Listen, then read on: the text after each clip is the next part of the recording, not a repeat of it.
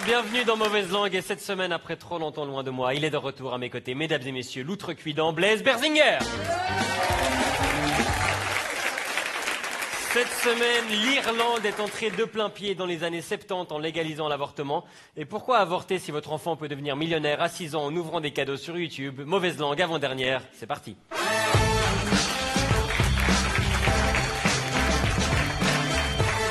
L'homme le plus médiatisé de la semaine s'appelle Mamoudou Gassama et c'est mérité. Il a fait ça. Tel un super-héros, un homme se lance à l'assaut de la façade à main nue. Sous les acclamations de la foule, il lui faudra environ 45 secondes pour escalader un à un les étages, prendre l'enfant par le bras et le mettre en sécurité. Rien que regarder cette vidéo, je suis fatigué. Moi. C'est quand même assez incroyable d'avoir sur la même vidéo l'homme qui a le plus de force dans le haut du corps et l'homme qui a le moins de force dans le haut du corps. D'ailleurs, ça a réveillé les complotistes. Il y en a qui disent que le voisin aurait très bien pu sauver l'enfant, ou que c'est une mise en scène pour avoir le passeport, ou que l'enfant est un mannequin, ou qu'il a un harnais, ou pire, il y en a qui disent que le voisin n'est pas le voisin. Pardon, pourquoi le voisin n'est absolument pas le même, celui qui parle aux Parisiens et celui qui est dans la vidéo et sur la vidéo? C'est-à-dire barbu le premier. Voilà, c'est vrai ça. Comment le voisin peut être barbu un jour et rasé le lendemain? Il s'est rasé. Voilà encore une enquête au poil.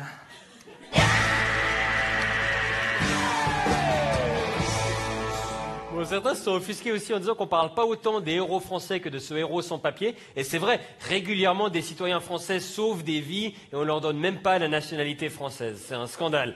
Et certains craignent que le passeport devienne un peu trop facile à obtenir et c'est difficile de leur donner tort. D'ailleurs, Rafiki du Roi Lion a immédiatement réclamé la nationalité française. À Berne, pendant les sessions parlementaires, une scène étonnante s'est déroulée entre le sénateur d'Obwald, Eric Etlin, et le président Alain Berset. J'en profite pour vous souhaiter un bon anniversaire. Et comme je ne peux pas vous faire un cadeau avec la proposition, j'en ai pris un autre que je vous remettrai tout à l'heure. Je vous l'amène. Waouh. Franchement, c'est cool la politique en Suisse. Je vote non à ta proposition à la con, mais je t'offre un ragusos. On reste amis? À Lausanne, toujours, l'affaire Broulis a touché à sa fin avec un rapport d'expert qui dit qu'il n'a pas fait d'optimisation fiscale, mais qu'il a profité d'une déduction de 10 000 francs par an, comme les autres ministres vaudois, sans véritable base légale. Oui, bah, bon, Broulis, il a respecté le système, c'est quand même pas de sa faute. S'il y a des failles dans les pratiques fiscales cantonales, c'est pas comme s'il dirigeait le département des finances du canton depuis 15 ans. Si, en fait. Du coup, ils vont réformer cette pratique et le groupe de travail sera mené par Pascal Proulis, un nouveau venu dans la politique cantonale. Enfin, quelqu'un qui aura un peu de recul et d'impartialité. Le cinéaste lausannois Fernand Melgar a créé un tollé en poussant un coup de gueule contre les dealers de rue dans un post Facebook partagé près de 8000 fois. Il veut poursuivre la commune pour homicide par négligence pour chaque adolescent mort d'overdose. Bon, il n'y va pas par quatre chemins. La Muni doit réagir. Ça veut dire que la prochaine fois qu'un jeune essaye de tirer un rail en soirée, David Payot va surgir de nulle part et le body-checker à la John Cena. Melgar a aussi pris en photo des dealers et les a postés sur Facebook à visage découvert, ce qui choque. Bon, c'est encore assez soft. Il les a pas demandés en amis, il les a pas tagués dans la photo. Ouais, alors, mais mine de rien, Melgar, il rend monstre service en faisant ça. Parce que maintenant, si quelqu'un veut acheter de la drogue, il va sur la page de Fernand Melgar et il a le yearbook des dealers. Bon, on lui reproche aussi de s'attaquer aux dealers qui sont que la partie émergée et vulnérable de l'iceberg du trafic de drogue. Et on lui dit que la répression est un moyen de lutte inefficace. Alors lui, il répond que ces dealers vendent aux enfants à la sortie de l'école, ce qui est contesté par la police. Oui, alors surtout, la vraie question à se poser, c'est il y a des enfants qui reçoivent assez d'argent de poche pour s'acheter de la coke? On peut rétroactivement échanger nos parents? En tout cas, le débat est loin d'être apaisé sur Facebook et ça a viré très rapidement au racisme. Ouais, alors le risque, c'est que les gens pensent que tous les noirs en ville, c'est des dealers. Moi, j'ai un pote noir. Fernand Melgar a essayé de le prendre en photo. Pour lui échapper, il est obligé de grimper à un bâtiment. En tout cas, personne ne semble avoir de solution, mais tout le monde a des excuses. Le chef de la sécurité lausannoise dit qu'il n'y a pas assez de place en prison, et la gauche lausannoise dit que depuis que le PLR a repris la sécurité à Lausanne, l'espace public n'est plus maîtrisé. Donc pour le PS lausannois, le deal dans la rue date d'avril 2016. Et ils sont 6 de gauche et 1 de droite à la Muni, au lieu de se dire on va bosser ensemble, ils disent c'est la faute de celui de droite. C'est sûr que les barons de la drogue en Afrique de l'Ouest, ils scrutent le résultat des élections communales lausannoises. C'est bon, c'est le PLR Île-de-Brande qui a gagné, envoyez les dealers. La résolution de cette problématique n'est pas pour demain, mais ce qui est sûr, c'est que tous les protagonistes semblent en fumer de la bonne.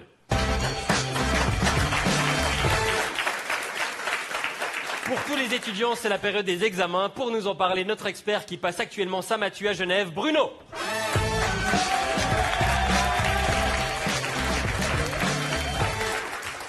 Bonsoir Bruno, vous êtes en plein examen de maturité en ce moment, c'est ça? Exactement, au collège de Saussure. C'est là où enseignait Tariq Ramadan. Et il est accusé d'avoir violé des élèves mineurs. C'est fou parce qu'on le qualifie de philosophe, donc ça veut dire qu'il a dû en bouffer des bouquins. Mais il y en a un qu'il a dû oublier de lire, c'est le code pénal. Il y a un autre prof qui est accusé d'harcèlement sexuel, qui est suspendu. Donc cette année, c'est plus dur, on ne peut plus passer simplement avec des examens oraux. Bruno, les victimes, elles n'ont pas fait ça pour passer des examens, c'est des profs qui ont abusé de leur statut. Est-ce qu'il y a un climat de méfiance s'étend à Saussure, à Genève? On se méfie un peu, mais Thomas, en période d'examen, je crois qu'il n'y a pas de souci. Peu importe les études qu'on fait, quand on est en exa, on pue. On ressemble à rien, on n'a plus le temps de se doucher, de se raser, de s'habiller correctement. Parfois on débarque, on est pieds nus. C'est la seule période de l'année où les étudiants en sciences de l'environnement passent inaperçus. Et les étudiants en lettres, en se mettant dans la peau d'un clochard, ils ont enfin un aperçu de leur avenir professionnel. Perso, ça fait 10 jours que je vois plus le soleil. Je suis pâle, j'ai les yeux rouges. Ma copine m'a même traité de vampire. Et c'est vrai que je suis à 2 doigts de confondre ses tampons avec des sachets de thé. Oh. Si ça se trouve, Dracula, c'est juste un mec qui était en période d'examen, en fait. D'ailleurs, vous avez une sale mine, toi. Vous avez repris vos études? Petit con. Non, alors justement, vous, quelqu'un en examen, est-ce que vous êtes stressé là avant les examens? À la base, pas. Il y a une citation d'une célèbre philosophe suisse du XXe siècle qui dit « Faut pas stresser, sinon tu vas te planter. Et si tu te plantes, je te plante. » C'est de Patricia Ernesto Osler, ma mère. Ah.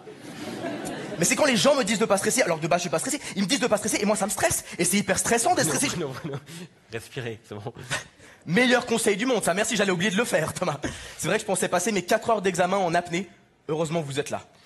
Ça va. Donc là, vous êtes en plein dedans, comment ça se passe? Ça se passe bien? Mais qu'est-ce que j'en sais, Thomas?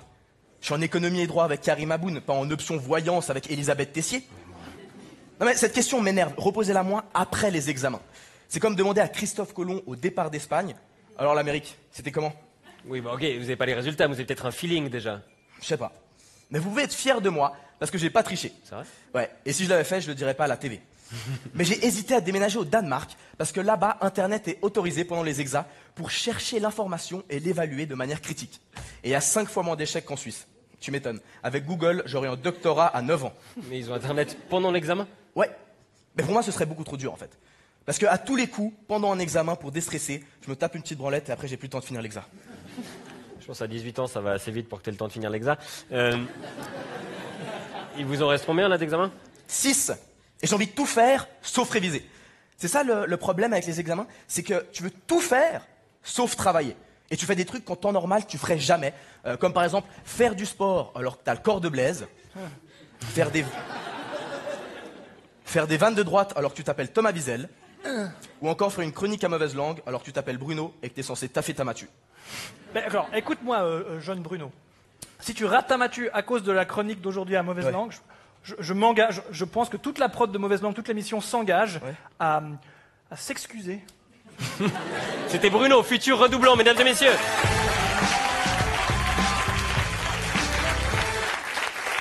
Vendredi dernier, les Irlandais ont voté sur une libéralisation de l'avortement et le vote s'annonçait extrêmement serré. À cette heure, très difficile de faire un pronostic, on s'attend à un vote serré. Et une fois de plus, ces sondages étaient en plein dans le mille. Un oui massif qui dépasse les 66%. 66% des Irlandais ont donc glissé un oui dans l'urne pour décider que les femmes font ce qu'elles veulent de leur fente. Et si ça c'est serré, alors le Brésil a failli battre l'Allemagne à la dernière Coupe du Monde. Ouais, mais alors, l'âge de la majorité, c'est 18 ans. Mais si on pouvait voter à moins 30 semaines, le résultat aurait été bien différent, je veux dire. En Irlande, on ne pouvait avorter que si le fœtus était condamné ou la vie de la mère en danger. C'était donc l'inverse de la vraie vie, c'est le locataire qui a tous les droits. Chaque année, environ 3500 Irlandaises partent en Angleterre pratiquer une interruption volontaire de grossesse, le tout clandestinement pour ne pas finir en prison. Alors, en fait, ceux qui étaient contre, c'est les compagnies d'aviation qui faisaient Dublin-Londres, je pense. Mais il paraît même qu'à l'aéroport, on dévisageait les Irlandaises parce que tout le monde sait ce qu'une jeune Irlandaise qui voyage seule part faire à Londres, un peu comme tout le monde sait ce qu'un vieil Européen qui voyage seul part faire en Thaïlande. Ouais, mais par contre, on sait jamais ce que les gens vont faire à Valorbe. Non. De son côté, une infirmière anti-avortement a dit « N'importons pas cette culture britannique qui considère la vie comme un problème et non comme un don. » Donc pour les anti-avortements, l'IVG c'est british, comme le pudding à la menthe ou les éliminations précoces à la Coupe du Monde. Et ça c'est une ITT, une interruption involontaire de tournoi. Pow! Certaines femmes commandaient aussi des pilules abortives sur le net, bien que ce soit illégal, alors que les seules personnes qui devraient risquer de la prison pour avoir commandé un truc sur Internet, c'est celles qui se font livrer des hoverboards. La campagne était disputée, les militants des deux camps ont travaillé dur, comme ce monsieur qui veut être très sûr que son flyer soit dans le champ de la caméra de Combini. Just for the sake of not using contraceptives, they're just having sex with everybody and just having the babies aborted. En Irlande, le pays est très catholique. L'Église a... Tu fais quoi, Blaise? Rien. L'Église a beaucoup d'influence en Irlande sur les mœurs. Et qui de mieux placé pour donner son avis sur tout ce qui est sexualité et vie de couple que des gens qui ont fait vœu de célibat? Leonardo DiCaprio, il vient pas donner des conseils sur l'abstinence. Thomas Wiesel, il vient pas donner des conseils de fertilité. L'Église a toujours été anti-avortement, alors que franchement, si les garçons de cœur pouvaient tomber enceintes, le clergé aurait lancé lui-même le référendum depuis longtemps. Mais les opposants savent qui est derrière tout ça. God gives life and God takes life away. Satan is at the back of this referendum. Alors non, étonnamment, l'initiateur du référendum, ce n'est pas Satan, mais le Premier ministre Leo Varadkar, un ancien anti-avortement, qui a changé d'avis en écoutant parler des femmes. Alors c'est bien, mais c'est aussi un moyen de dire jusqu'à maintenant, je n'avais rien à foutre de ce que disaient les gonzesses. Et si les mentalités ont mis aussi longtemps à évoluer en Irlande, c'est aussi que le système éducatif est aux mains du clergé. 95% des écoles sont catholiques et les jeunes apprenaient même des poèmes anti-avortement. Dieu a été gentil de fabriquer la vie. Grâce à un bon penny, c'est beaucoup de magie. Il ne serait pas bien, au nom d'un utérus, d'assassiner quelqu'un à plus d'un bus. Le combat est désormais gagné en Irlande, mais dans le reste du monde, l'accès à l'avortement est encore compliqué pour 50% des femmes. Chaque année, 47 000 personnes meurent parce qu'un IVG leur est refusé ou est effectué dans des mauvaises conditions sanitaires. Donc les anti-avortements, ils ont raison, l'avortement c'est dangereux quand il est interdit. Même en Europe, il reste des exceptions comme Malte, où ils veulent sauver des fœtus pour ensuite les tuer s'ils deviennent journalistes, ou le Vatican. Mais bon, l'avortement au Vatican, à part une nonne qui aurait glissé sur le pénis d'un garde suisse, je sais pas comment on peut tomber enceinte là-bas. Dans certains pays vont carrément à l'envers. En Pologne et aux États-Unis, le gouvernement veut faire passer des lois plus restrictives. Trump, il veut compliquer l'accès à l'avortement, mais il attend encore quelques échographies de ses actrices porno avant de faire quoi que ce soit. En Suisse, une initiative avait été lancée en 2014 pour que l'avortement ne soit plus remboursé par la LAMAL. Le comité comportait notamment Oscar Freisinger, qui a ensuite vu sa carrière politique avorter. Le mouvement pour les droits des femmes a encore du boulot. Ah oui, on ne dit pas pro-avortement, on veut avoir le choix. Personne n'est fan de l'avortement. Et ça, c'est dommage, parce que s'il y avait des fans, ça ferait des slogans super. Unis contre le ventre plein. Le fœtus est un malus. Qui ne saute pas fera pas de fausse couche. Ouch. Non, alors, les slogans chocs qui sont plutôt du côté des anti-avortements, qui utilisent par exemple le terme avortement de confort. Ah oui. De confort. C'est tellement confortable de se faire avorter, on fait quoi cet après-midi? On se fait un spa ou une petite IVG? Alors on avait toute une tirade pour leur expliquer où ils pouvaient se le mettre, leur avortement de confort, mais pour rester dans le thème de l'avortement, on a décidé de ne pas la garder.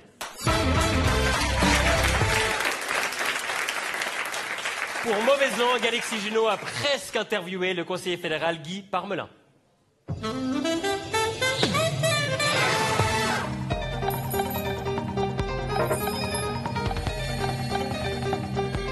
Monsieur le conseiller fédéral, bonjour. Bonjour. Bienvenue dans Excusez-nous, l'interview de mauvaise langue. Alors monsieur Parmelin, chacun le sait, vous êtes politicien, mais à la base vous êtes vigneron. Alors du coup une petite question, quelle est la meilleure heure selon vous pour commencer l'apéro? Écoutez, c'est quelque chose qui doit se discuter. Nous avons une démocratie, nous avons des institutions. Oui, donc on est d'accord, hein, c'est jamais trop tôt. Non, simplement, à un moment donné, vous devez trancher. On attend autour de la table. Que va dire le chef? Dans quelle direction on doit aller? Vous devez donner des impulsions qui auront des conséquences à beaucoup plus long terme. Ah, je reconnais bien là le capitaine de soirée. Hein. Mais du coup, j'imagine que ça vous est déjà arrivé d'être un petit peu ivre au travail. Alors c'est l'envers du miroir, si vous me passez cette expression. En tout cas, cette expression témoigne du fait que vous avez bel et bien pris l'apéro ce matin. Mais du coup, ça rend pas le travail un petit peu plus difficile d'être à 3 pour 1000? Écoutez, il était déjà dur auparavant. Monsieur le conseiller fédéral, vous êtes connu pour vos tenues pour le moins originales. Alors, short et sandales, chemise à carreaux, veste rouge. Est-ce que les remarques à ce propos vous affectent? C'est plus dur pour l'entourage. Ça, il faut être très clair. Je pense que mes proches en ont plus souffert. Même mes proches collaborateurs, parfois. Même quelqu'un qui a l'habitude dans le département, un jour m'a dit, est-ce que je peux vous poser une question, monsieur Parmelin? Comment vous faites pour rester impassible comme ceci? Une journaliste disait même que vous aviez besoin d'un relooking. Est-ce que vous n'avez pas peur prochainement de recevoir un appel de Cristina Cordula? Oui, pour répondre clairement à votre question, j'ai des soucis et j'ai toujours la crainte qu'un jour le téléphone sonne pour me dire il y a eu ceci ou il y a eu cela. Sinon, en plus de vos problèmes vestimentaires, vous avez la réputation à Berne d'être quelqu'un qui maîtrise assez mal les langues étrangères. Hein. C'est pas toujours simple. Bon, je vous propose quand même un petit test avec une question. Mr. Parmelin, what's the main goal of your political career? Yeah. Bon, je crois qu'on ne va pas rentrer dans le débat. Je ne veux pas vous retenir plus longtemps, vous risqueriez de louper votre 4e apéro de la journée. Mais c'est vrai que la musique de Beethoven, c'est quelque chose qui me frappe, mais j'adore aussi Mozart. C'est bien ce que je pensais. Alors, bon apéro et merci pour cet entretien, monsieur Parmelin. Merci à vous.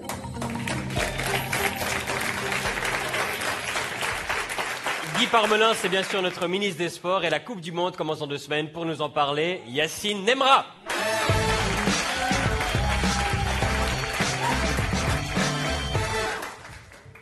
Ça va Yacine?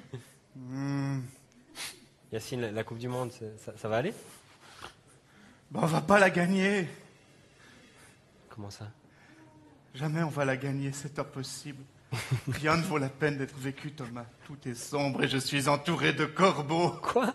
Ma vie est juste un très long clip de Mylène Farmer. Yacine, vous exagérez pas un peu là? Mais comment ça j'exagère? T'as vu contre qui on joue au premier tour? Oui. On va sortir le Brésil, le putain de Brésil. Déjà c'est des stars. Il y a Marcelo, Philippe Coutinho et le dernier mec au monde qui fait de la tectonique. Et en plus, ils arrivent le couteau entre les dents 4 ans après s'être fait défoncer 7-1 à la maison par l'Allemagne, de la vengeance, du talent et des Allemands. En fait, le Brésil, c'est Inglourious Bastards, mais avec un mec qui fait de la tectonique. Bon ok, le Brésil c'est chaud, mais il y a quand même la Serbie, le Costa Rica, c'est pas terrible ça. Oh le con! Oh, il est con! Qu'est-ce qu'il y a? Oh, le con! La Serbie et le Costa Rica, c'est pas terrible? La Serbie, ils ont Matic de Manchester United, Kolarov de la Roma et Sergei Milinkovic-Savic, qui est un des plus grands espoirs du foot mondial. En plus, c'est les méchants dans tous les films d'action américains. Ils jouent toujours les hommes de main qui se font buter par Liam Neeson. Et mauvaise nouvelle, Petkovic a pas sélectionné Liam Neeson. Alors bon, il a des bonnes raisons, comme le fait qu'il est pas footballeur, qu'il a 65 ans et qu'il est pas suisse, mais quand même, on est foutus. Bon ok, la Serbie, mais il reste le Costa Rica quand même. Ils étaient en quart de finale il y a 4 ans et ils ont le gardien du Real Madrid. Ah oui, quand même. Mais ça va, ils peuvent pas gagner. Pourquoi? Ils ont Yeltsin Tereda. Qui? Yeltsin Tereda, il joue au Lausanne Sport. J'ose pas rire à cette blague. Non. Et la Suisse alors? Depuis octobre 2014, on a perdu que 2 matchs. On a des joueurs qui sont installés dans des bons clubs européens comme Akanji à Dortmund, Xhaka à Arsenal, ou des mecs en confiance comme Josip Dermic qui a mis 4 buts sur les 6 derniers matchs de Bundesliga avec Mönchengladbach, ou des mecs ultra en confiance comme Valon Berami qui sort avec la Ragoute. Bon, ça va le faire alors. Je sais pas, tu sais, on trouve toujours le moyen d'innover dans l'échec. Hein. En 2006, on est la seule équipe de l'histoire à se faire éliminer d'une Coupe du Monde sans prendre de but. En 2010, on bat l'Espagne au premier match sur un but qui ressemblait plus à une épreuve d'interville qu'à du foot. Que faire? Faites entrer les vachettes!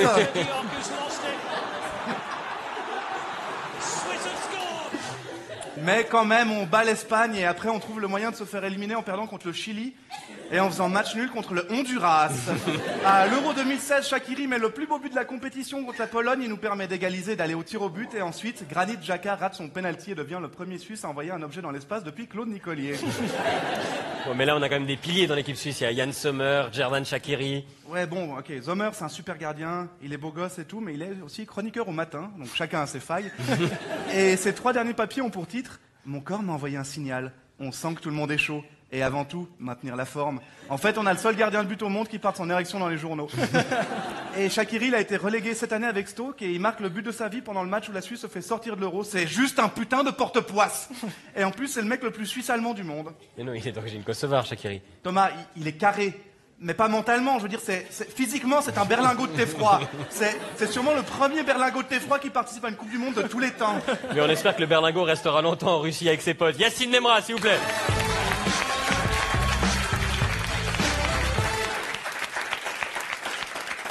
Sur YouTube, il y a de l'argent à se faire à condition de faire des millions de vues.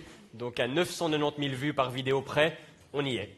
Non, il y a plein de trucs géniaux sur YouTube. C'est une véritable mine d'or de contenus originaux. Mais il n'y a pas que ça. Il y a aussi un moyen très simple de faire des cartons sur YouTube. C'est de copier la stratégie de drague de Claude François et de s'adresser exclusivement aux enfants.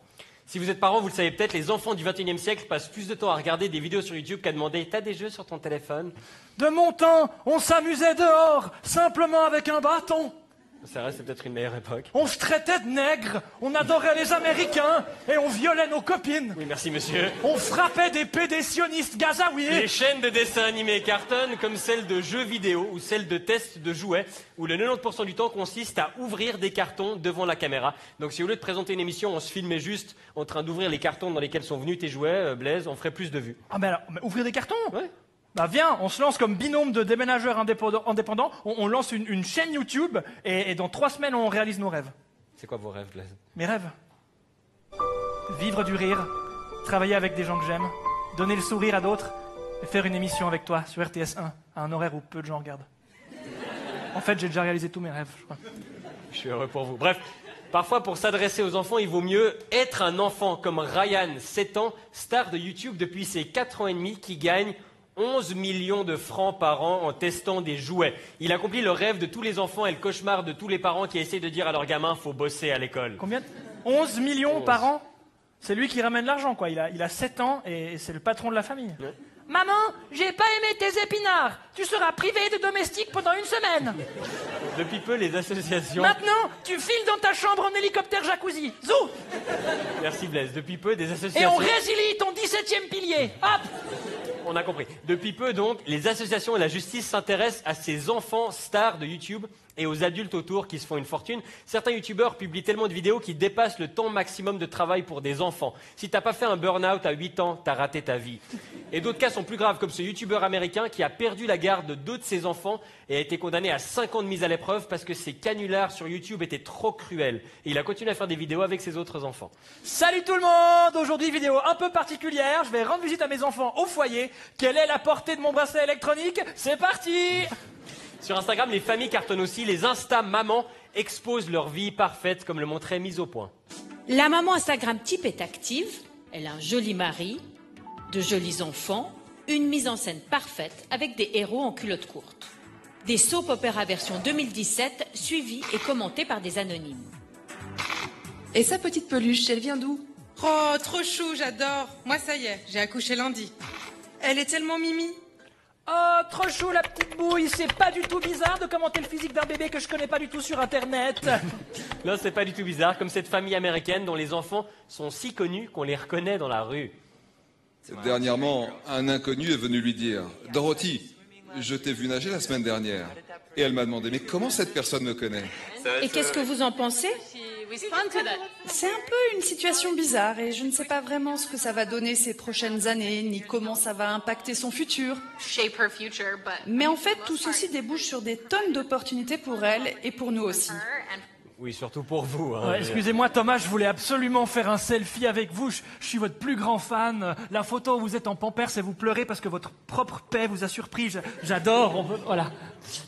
Une gamine de 3 ans reconnue par des Merci. vieux porcs, je vous en prie, des vieux porcs dans la rue. Si dans quelques années elle fait une transformation à la Macaulay Culkin, faudra pas s'étonner. En tout cas, les marques raffolent de ces influenceurs, plus efficaces que la pub traditionnelle, parce qu'en fait, on s'est tellement habitué à ce qu'elles soient partout qu'on filtre, on regarde moins les affiches, on arrive volontairement en retard au cinéma, on a des ad-blockers pour enlever les pubs sur Internet. Donc maintenant, ils noient la pub au milieu d'autres contenus, hyper discrètement, comme ici la youtubeuse genevoise Dear Caroline. Et parce que vous avez moins cher, en fait. Kelly, tu te diras jamais ce qui vient de se passer. Tu sais le stylo blanchissant que je t'ai volé? Un truc de malade. Alors je sais pas si vous avez décelé le produit qu'elle promouvait, c'était assez furtif. T'as vu Thomas? Le surligneur jaune que tu m'as prêté l'autre jour? Un truc de malade. Dans ce cas-là, elle a annoncé clairement le partenariat, ce qui est tout à son honneur, alors que tous ne le font pas. Qu'est-ce que vous faites, Blaise? Hein? Ah mais je vous écoute, hein. Moi et ma Tom d'alpage AOC de la fromagerie Gobet à Concise, on vous écoute. Hein. La fromagerie Gobet à Concise, plus de 31 sortes de fromage. Le placement de produits, c'est un bon moyen pour les créateurs de gagner leur vie et d'être un peu moins à la merci de YouTube qui s'accorde la plus grosse part du gâteau, qui pèse quand même 70 milliards. Il y a beaucoup d'argent à se faire quand on est influenceur. Ouais, mais il faut avoir beaucoup de gens qui vous suivent. Bah, moi je suis suivi en ce moment par 2 thérapeutes, on peut dire que je suis un influenceur? pas comme ça que ça marche. Non, ce qui pose problème, c'est quand on ne sait pas où finit la vie personnelle de l'influenceur et où commence la pub. Dans les médias, il y a une séparation claire entre commercial et rédactionnel. Sur Internet, c'est un peu la jungle. Et les influenceurs, ils donnent pas l'impression de faire de la pub. Et leur communauté à qui ils s'adressent comme à des potes, ils leur font confiance. Du coup, la pub, elle est efficace, les marques se les arrachent et les influenceurs se transforment en hommes sandwich. Et le futur, ce sera peut-être des influenceurs et influenceuses virtuelles comme il en existe déjà. Alors elles sont jamais malades, elles peuvent être à plusieurs endroits en même temps et aucune loi ne s'applique à elles. Et elles mangent la même chose que les vrais mannequins. Rien. Et on voulait dénoncer les relations entre les marques et les influenceurs et le flou juridique. Du coup, Johan Provenzano a tourné une parodie. C'est un influenceur qui place des dizaines de marques dans sa vidéo. On va maintenant ne pas vous la montrer. Oh, le twist, on s'attendait pas à ça, bien joué. Non, mais c'est pas de la cruauté, c'est juste qu'on n'a pas le droit, parce que l'ironie de l'histoire, c'est que le service juridique de la RTS ne nous a pas autorisé à la diffuser, sinon on est dans la merde avec l'Ofcom, l'Office fédéral de la communication. Du coup, on va mettre cette vidéo sur Internet, comme ça la boucle est bouclée, et ça prouve totalement notre argument. Les lois sur la publicité à la télévision sont tellement strictes qu'on peut pas diffuser une vidéo parodique qui dénonce la publicité déguisée sur YouTube. C'est un comble. Tu sais ce que c'est le comble pour un appartement? Non. C'est le volume compris entre le dernier étage et le toit. C'est juste. Et quand on demande à un enfant d'aujourd'hui son métier de rêve, beaucoup répondent youtubeur ou influenceur. Mais bon, on ne peut pas tous être influenceurs, sinon il n'y aurait plus personne à influencer. Et si on a tous les produits gratuits, les compagnies feraient faillite? Oh, mais c'est exactement ce qu'il faut qu'on fasse. Devenons tous influenceurs. Allez, go! Et à force d'étudier le sujet cette semaine, on a pu déceler 2-3 tendances sur YouTube. J'espère que vous allez bien, en tout cas moi ça va. J'espère que vous allez bien, c'est Team YouTube, c'est un plaisir de vous parler aujourd'hui. J'espère que vous allez bien. Aujourd'hui c'est une vidéo un peu spéciale. Aujourd'hui un épisode un petit peu spécial. Aujourd'hui je vous propose une émission très spéciale. On se retrouve aujourd'hui pour une vidéo un peu spéciale. Abonnez-vous tout de suite à ma chaîne YouTube. Si vous avez aimé cette vidéo, vous pouvez vous abonner à ma chaîne. N'hésitez pas à mettre un énorme pouce en l'air. Salut les petites langues, j'espère que vous allez bien, c'est Thomas PineShape. La semaine prochaine, on se retrouve pour un épisode un peu spécial, puisque c'est le tout dernier, donc n'hésitez pas à vous abonner, à venir voir l'enregistrement jeudi prochain, je vous mets le lien pour vous inscrire juste là, mettez plein de petits pouces bleus où vous voulez, et on a un code promo pour des places 30% plus chères pour le gala Mauvaise Langue le 9 juin. Blaise, les chouilles sur le perronnet. À la semaine prochaine les petites langues, au revoir.